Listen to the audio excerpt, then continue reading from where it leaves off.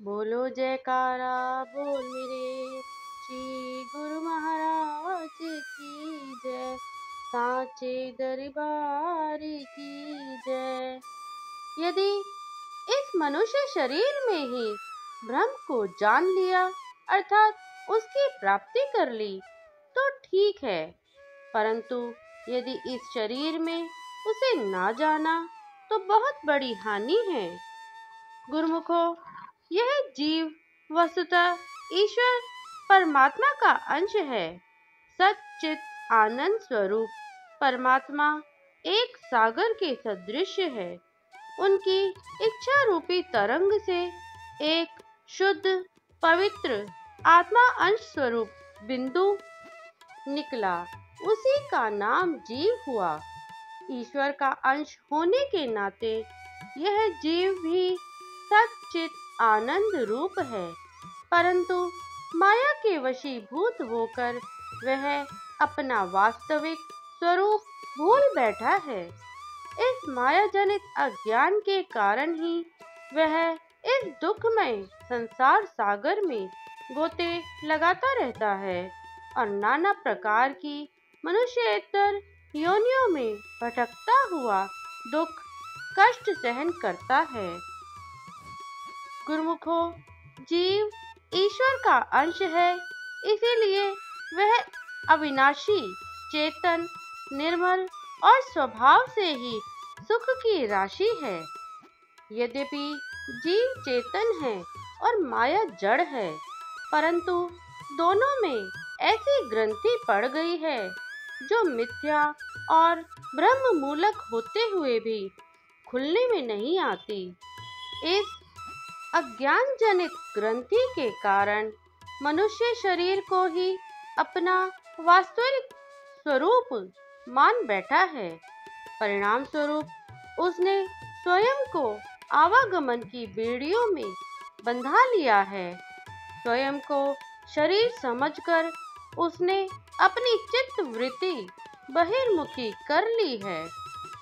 शरीर को अपना वास्तविक स्वरूप समझना और माया काया से संबंधित पदार्थों में चित्त वृत्ति को अटकाने का एकमात्र कारण माया जनित अज्ञान ही है। इस अज्ञान की निवृत्ति तभी होगी जब मनुष्य के हृदय में ज्ञान की उत्पत्ति होगी और जीव प्रभु का साक्षात्कार कर लेगा। परमात्मा के साक्षात्कार कर लेने पर जड़ चेतन की ग्रंथि टूट जाती है और जीव अपने वास्तविक स्वरूप में स्थित हो जाता है। जैसे कि कथन है, भिद्यते हृदय ग्रंथिश्छिद्यन्ते सर्व संशया क्षीयन्ते चास्य कर्माणि तस्मिन् दृष्टे परावरे। अर्थात उस सर्वश्रेष्ठ परमात्मा का साक्षात्कार हो जाने पर साधक के हृदय पर पड़ी जड़ चेतन की एकता रूप ग्रंथि का भेदन हो जाता है। जड़ देहादि में अज्ञान से जो आत्माभिमान हो रहा है उसका तथा अन्य संशयों का नाश हो जाता है। प्रभु का साक्षात्कार कर लेने पर प्राणी मोक्ष की प्राप्ति करता है, अर्थात जन्म मृत्यु रूप महाकठिन बंधन से सदैव के लिए छुटकारा पाता है। वस्तुतः यह मनुष्य शरीर मिला भी इसीलिए है गुरुमुखो कि मनुष्य इसमें परमात्मा का साक्षात्कार करके मोक्ष की प्राप्ति करे। परमात्मा का अंश होते हुए भी जब जीव माया के अधीन होकर 84 लाख योनियों में भटकता हुआ अनेकों दुख कष्ट उठाता है तो जीव की ऐसी दारुण दशा करुणामय प्रभु से देखी नहीं जाती। वे अहेतुकी कृपा करके उसे देव दुर्लभ मानुष तन प्रदान करते हैं और इस प्रकार उसे एक सुंदर अवसर देते हैं ताकि मनुष्य इस जन्म में ही परमपिता परमात्मा से मिलाप कर सके और संसार सागर से पार हो सके। इससे भी अधिक कृपा प्रभु की तब होती है जब वे जीव का पथ प्रदर्शन करने और निज स्वरूप में स्थित कराने के लिए मनुष्य शरीर धारण कर संत सद्गुरु के रूप में इस धरा पर अवतरित होते हैं। इसीलिए यदि जीव ईश्वर परमात्मा के दर्शन करना चाहता है तो उसे चाहिए कि वह समय के पूर्ण संत सद्गुरु की चरण शरण ग्रहण कर उनसे वह ज्ञान प्राप्त करे जिसके द्वारा उसे परमात्म ज्योति के दर्शन हो। परमात्म दर्शन की युक्ति यदि कहीं से प्राप्त हो सकती है गुरुमुखों, तो केवल समय के संत सद्गुरु से ही।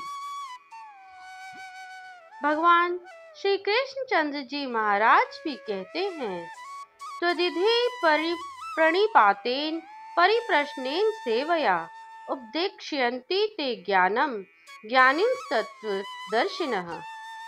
अर्थात हे अर्जुन, परमात्म प्राप्ति के ज्ञान को तू तत्वदर्शी ज्ञानी अर्थात संत सद्गुरु के पास जाकर समझ।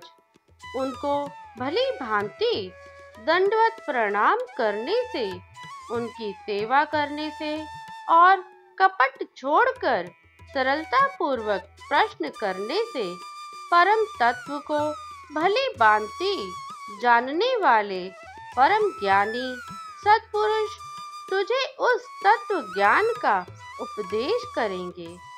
सत्पुरुष ही मनुष्य के कल्याण में और ब्रह्म साक्षात्कार कराने में सक्षम है।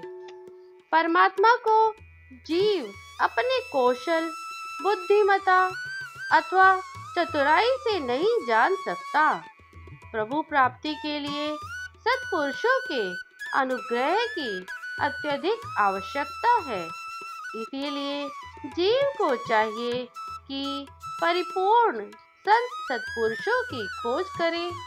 जब प्रभु कृपा के फल स्वरूप उसका मिलन परिपूर्ण संत सत्पुरुषों से हो जाए तो श्रद्धा पूर्वक दंडवत प्रणाम करे, निष्काम भाव धारण कर तन मन से उनकी सेवा करे तथा उनकी आज्ञा का पालन करे।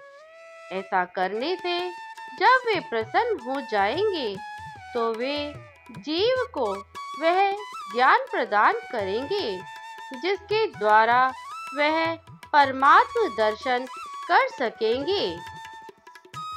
शास्त्रों और सत्पुरुषों के कथन अनुसार मनुष्य का हृदय भगवान का मंदिर है। इसी शरीर में ही जीव को अपने इष्ट के दर्शन हो सकते हैं। वैसे तो गुरुमुखों, परमात्मा विश्व के कण कण में व्याप्त है। उसका दर्शन करने के लिए मनुष्य को कहीं बाहर भटकने की आवश्यकता ही नहीं। वह तो मनुष्य के हृदय मंदिर में विद्यमान है। वह परमात्मा जो ज्योतियों का भी ज्योति एवं माया से अत्यंत परे है, वह ही बोध स्वरूप जानने के योग्य एवं तत्व ज्ञान से प्राप्त करने योग्य है और वह सबके हृदय में स्थित है। आम संसारी मनुष्य की चित्त वृत्ति शरीर एवं इंद्रियों के द्वारा भौतिक पदार्थों और इंद्रिय रस भोगों में फैली हुई है। चित्त वृत्ति को संसार की ओर से समेटकर उसे एकाग्र करने और उसे अपने घट की ओर प्रवृत्त करने की युक्ति जीव को महापुरुष बताते हैं। वास्तव में देखा जाए गुरुमुखों, तो जीव परमात्मा और प्रकृति के मध्य में है। यदि उसकी चित्तवृत्ति अंतर्मुख है तो वह परमात्मा के निकट है, और यदि उसकी चित्तवृत्ति बहिर्मुखी है तो वह प्रभु से दूर है, क्योंकि शरीर इंद्रियों का संबंध बाह्य संसार से है। इसीलिए चित्तवृत्ति को शरीर एवं इंद्रियों से संबंधित पदार्थों एवं रस भोगों में लगाने से मनुष्य की चित्तवृत्ति बहिर्मुखी होती है, और जो जो वह बहिर्मुखी होती है त्यों वह प्रभु से दूर होती जाती है। जब तक मनुष्य अपनी चित्तवृत्ति को बाहर की ओर से उलटकर अंतर्मुख नहीं करता, तब तक उसे प्रभु के दर्शन नहीं हो सकते। बोलो जयकारा बोल मेरे श्री गुरु महाराज की जय, साचे दरबार की जय। तो भाग्यशाली गुरुमुखों, आज का यह वीडियो यदि आपको अच्छा लगा हो तो इस वीडियो को लाइक कीजिए, ज़्यादा से ज़्यादा इसे शेयर कीजिए, और यदि आपने अभी तक इस चैनल को सब्सक्राइब नहीं किया है तो इस चैनल को सब्सक्राइब कीजिए और कमेंट में जय सच्चिदानंद जी जरूर लिखें। जय सच्चिदानंद जी।